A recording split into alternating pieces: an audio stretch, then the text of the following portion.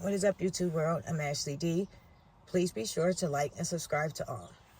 So today's topic is going to be speaking on the loss or grieving someone, sibling grief, or someone close to. If you know someone that is going through a similar circumstance, please feel free to share this video if you think it'll be helpful to them or yourself. So, a year ago, I lost my big sister. We're 2.5 years apart. I speak on her often. Some of you who may not know that, this is what this video is based over. Dealing with grief.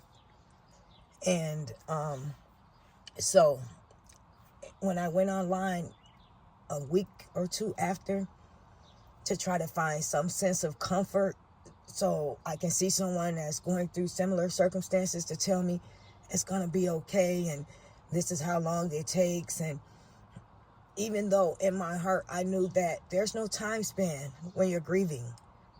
The grief is the process that has to be done. You can't rush that. And it's different for everyone.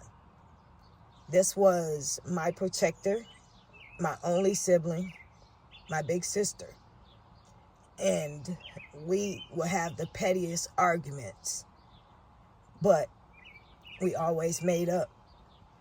And I couldn't imagine life without her at this young age that we are.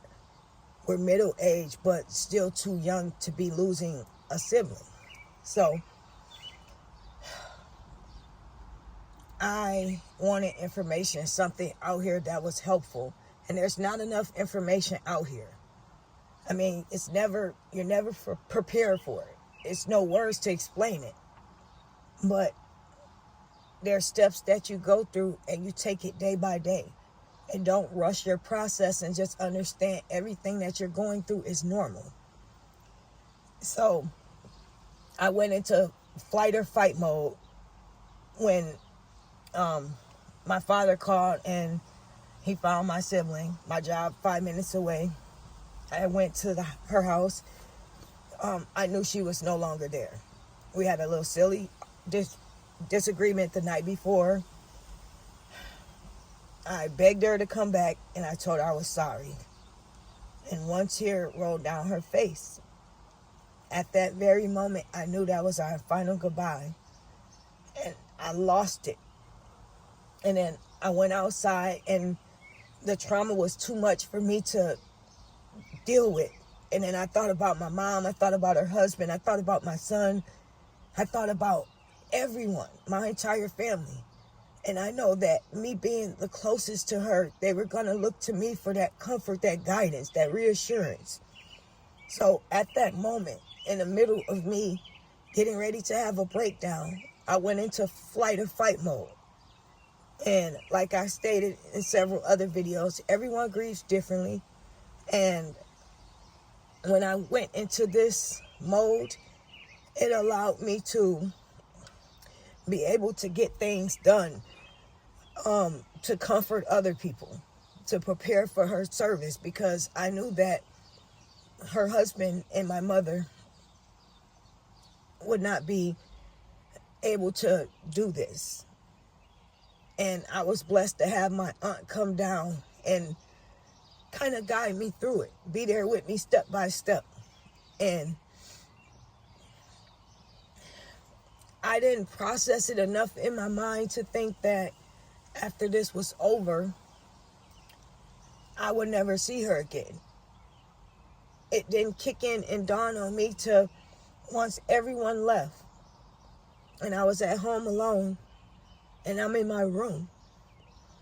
And we would normally, WhatsApp app, we would normally FaceTime, whatever it is, or she'll come over to the house with her dog. I realized that that's no more. That'll never happen again. So that's when my grief process started kicking in, and I realized that now I'm grieving. And every day I will wake up with pain in my stomach, crying from the time I woke up to the time I went to sleep. And I was angry at God. I asked him, why did he forsake me? I felt like this was something I did wrong. Maybe in my past life, maybe it was karma. What did I do to bring this pain upon myself. It's always been just my mother, me, and my sister. And she's always been the one with the answers. And I just followed her lead. And to be placed in a situation to where she was no longer there, I didn't know how to be strong, excuse me, and how to feel. And every day it was a stressful day. Waking up was painful. Going to sleep was painful. My stomach has so much pain in it. And I'll never forget, people will always tell me, give it to God, give it to God. And I thought that was their way of just blowing me off. And so I had this Christian friend, and he prayed for me. And he said, now, when you give this to God, you have to be sure that God is going to take this away. If you're not sure, that means you're questioning God and what he's telling you he's capable of doing. You have to have faith, small as a mustard seed. So when he prayed for me, it's like something was removed off of me. That pain in my stomach that I felt every day. So I was compelled, and I was moved in the spirit to call my mom and have her put it on speakerphone for my son. And I prayed for them as well. And I explained to both of them, now you have to give it to God. And the thing is now, okay, he removed that pain. I knew that inside I was going to build myself up for health issues, cancer, anything, stress, heart attack. It was weighing on me so bad. I felt pain. And one morning, the day that I saw my friend, I woke up and something came to me and said, do you want to live or die? And I already felt like I was dying. And then I thought about my son. And I thought about the day before, how I was in the car with him having a normal conversation. And then we were just riding down the street, a street that I frequently rode down with my sister. And I just broke out crying. And just to see the despair and the emptiness on his face and the hurt and the pain. And usually we try to be strong for our kids. But I just couldn't at that moment. And I saw him look down. So something came to me. And I told him, I said, baby, this was your TT mama. I'm just hurting right now. And this is part of the process. It won't be like this forever. I promise you that. I'm going to get stronger and I'm going to be okay. But I just love her so much. This is the part of love. Love hurts sometimes when that person you truly care about is no longer physically here to touch, physically here to look and lay eyes on. And I said, what are you thinking? And in my mind, I instantly went to my son looking at me and saying, the day I lost my TT mama, I lost my mom and my granny. Those are 3 deaths that my son would have been mourning. Even though one was gone, that pain, that anguish, that hurt that we lived with and walked around with daily, that would have affected my son too. So he would have felt like 3 people left, even though it was one. One impacted the lives of the 2 women in his life. So he would have felt like the day she left, my granny and my mom left. And I couldn't allow that for him. He was going to the 9th grade. So this was going to be a big milestone in his life, to where I knew he would need me. These are the best years of his life, and then he's going to be off to college. And I didn't want to be checked out for those important moments, those important details in his life. And I know that my sister and myself spoke on him going to high school. He's graduating from middle school 2 weeks before she left. So we were preparing for that. So now I prayed daily, and God told me I can take away the pain, but I can't take away the love. That pain you feel from your heart that's love. That's going to be there. And eventually it won't sting as strong, but that'll never go away. That's how much you truly loved her. So I just want people out here to know I'm human just like you. I feel things daily, and my life has been flipped upside down. It has. My sense of peace is YouTube. And this is the raw and uncut me. I miss my sister so much. And I'm so worried at this point. Am I going to miss her like this for the rest of my life? I feel like sometimes a dark cloud is over me. And it doesn't allow me to be happy and go forward. I feel like if I go too far, I'm going to miss out on the small details. The sound of her voice, her touch, her laughter. Or if I stay where I'm at, I'm going to miss out on my future and the great things and opportunity that God has in store for me. So it's one of those situations to where you feel like danged if you do, danged if you don't. And it's a day-to-day process. And sometimes it gives me a sense of peace to tell myself that the people around me, I love them so much that I see them paying for me. These people paying for me so much, and I don't want to see them in pain. I don't want to see my mother suffering, watching me suffer. She's suffering her silent own battles, missing her oldest daughter. So why is it fair that she continues to suffer because her youngest daughter is well, missing her daughter and her sister? So every day I have to make a choice to continue to fight and stay strong and work on mastering my emotions. And with situations like this, everything in my life completely changed the way I view things now. And a part of me guilt trips myself. When I go out, when I do things, I think about how many times she asked me to do stuff and how I turned it down because I was working all the time and I didn't feel like doing them. And now I'm finally getting out doing things, and I know that that would have been something she would have wanted to do with me. So I continuously, daily guilt trip myself. Not to mention feeling cheated of not knowing what it feels like to be an auntie. I'll never have that feeling.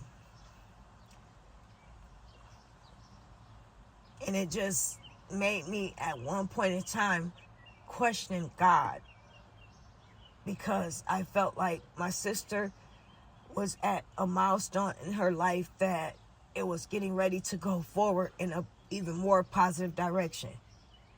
Her husband was successful. She was successful in her own right. And they were building towards their future.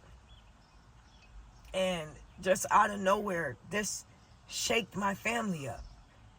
And I didn't see it coming. So now I feel like me going forward is completing her legacy, allowing her to be part of this journey, because I know this is what she would have wanted.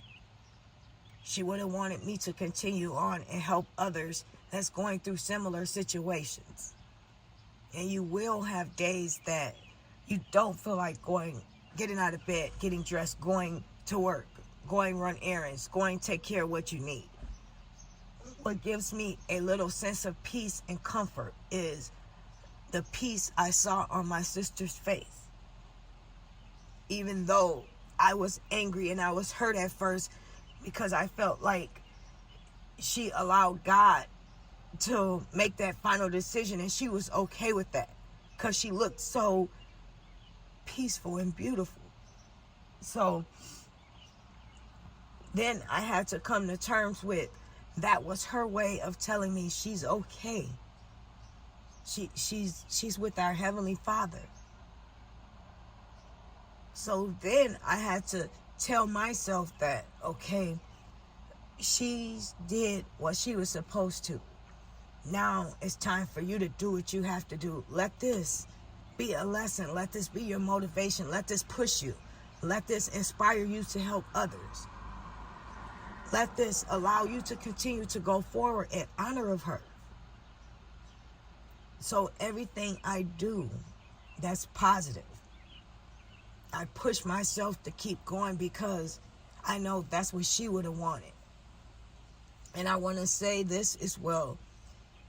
You guys have flooded my comments, genuinely being so sweet, caring, compassionate, saying you're my sister, we're not blood related. That means a lot to me. And I know my sister is so happy that I have people online and across the world that I don't know personally, but we feel like we do kind of connect. It's a lot of names I see under my comments that I feel like I know your personality a little bit. I respond back. I wish I could respond back to everyone, but sometimes it gets too many for me to get a chance to. But I'm trying to work on that. But I just want to say that I appreciate that. Believe it or not, that keeps me going too. My son and my mother gives me strength, and to know that you guys appreciate, not to mention genuinely praying for me and reaching out to me and showing concern, compassion, and empathy, that goes a long, long ways. And it motivates me to be the person I am and to continue in the direction I'm going in. And grief, it's a normal process. It's a normal stage of life. It's up to you every day to figure out how you're going to recharge and start your day, and how you're going to turn your pain into something positive. You have to go through the process, but then you have to continue on going forward. And you're going to have good days, and you're going to have bad days, and you're going to have days where you feel like it starts all over again. That's what I feel like behind the scenes. I feel like in this month is exactly how I felt last year when my family went back and my friends went back. My reality is set in. She's not here. And I think of all the things that we will be doing right now, or we could have done together, or the things in the future. But I can't allow my mind to go that far. And that's what I want to tell you as well. Don't allow your minds or your emotions to take control of your heart to where you can give yourself a nervous breakdown. You can put too much pressure and pain on your heart. If you have a reason to be fighting, whether you're a mother, you're a grandmother, you're an aunt, you have custody of a family member, kids, your own kids, anything, or you're taking care of an elderly parent or a child that's not able to take care of themselves, keep fighting. You have to find some type of peace, some type of sense over this loved one. I tell myself I have to keep going because she didn't leave her legacy behind. So I feel like it's my mission, my journey to help others along the way. And by me doing that, it's slowly creating her own legacy in honor of her. So that's what gets me out of bed every day. That's what allows me, one of the many reasons to fight. Not to mention, I want my mother around for as long as I can have her. And the more she sees me being strong, being positive, being able to push forward, that gives her a sense of comfort and relief to know she can lean on me sometime and she could go forward. And my son, he has been the strongest, bravest kid I know throughout this whole process. And sometimes just because kids don't tell you or they don't show emotions, that does not mean that they're not going through it just as bad as us adults are. That was like his second mom. That was his only auntie from me, my side of the family. So I can only know and imagine how he feels. They were super close. They did things together by themselves. They had their own bond and relationship from the time he came out. And he doesn't express things like I would like him to. With situations like this, you make sure you talk to, whether they have kids that they left behind, or if it's just a nephew or a niece, or any type of teenager. Make sure you encourage them to go to therapy, to speak with someone. And make sure you let them know their feelings is safe where they are. It's a way for them to relieve themselves and get it out. So they're not holding back those emotions, or they're not going through their silent battles. No one should have to go through any type of silent battle when we're all here in this world. We're all on this journey called life. And each and every one of us has been through something tragic that has impacted our lives and unchanged us one way or another. So it is solely up to us to have the faith, to believe, and to know that this was part of God's plan. And whether we make peace with that, just know that some days are going to be good days, and some are not going to be so good days. But that's normal. You have to go through the process. You can't block it out. And then eventually, you'll have those days where you wake up smiling and thinking about all those fun, loving memories. And just knowing that now you have a personal guardian angel that is rooting you on, that is watching you, that is guiding you, that is protecting you, that is wishing you well. You can also look at it like this person sacrificed a part of their life so it can motivate and push me to go in the right direction to help others that are going through, that's been through similar circumstances. Look at it however you want. Find your peace out of the situation and try to focus on that more. The more you focus on that peace and the reasoning behind it, the more you'll be able to come with terms of your new normal. And like I said, don't beat yourself up for your good days and your bad days.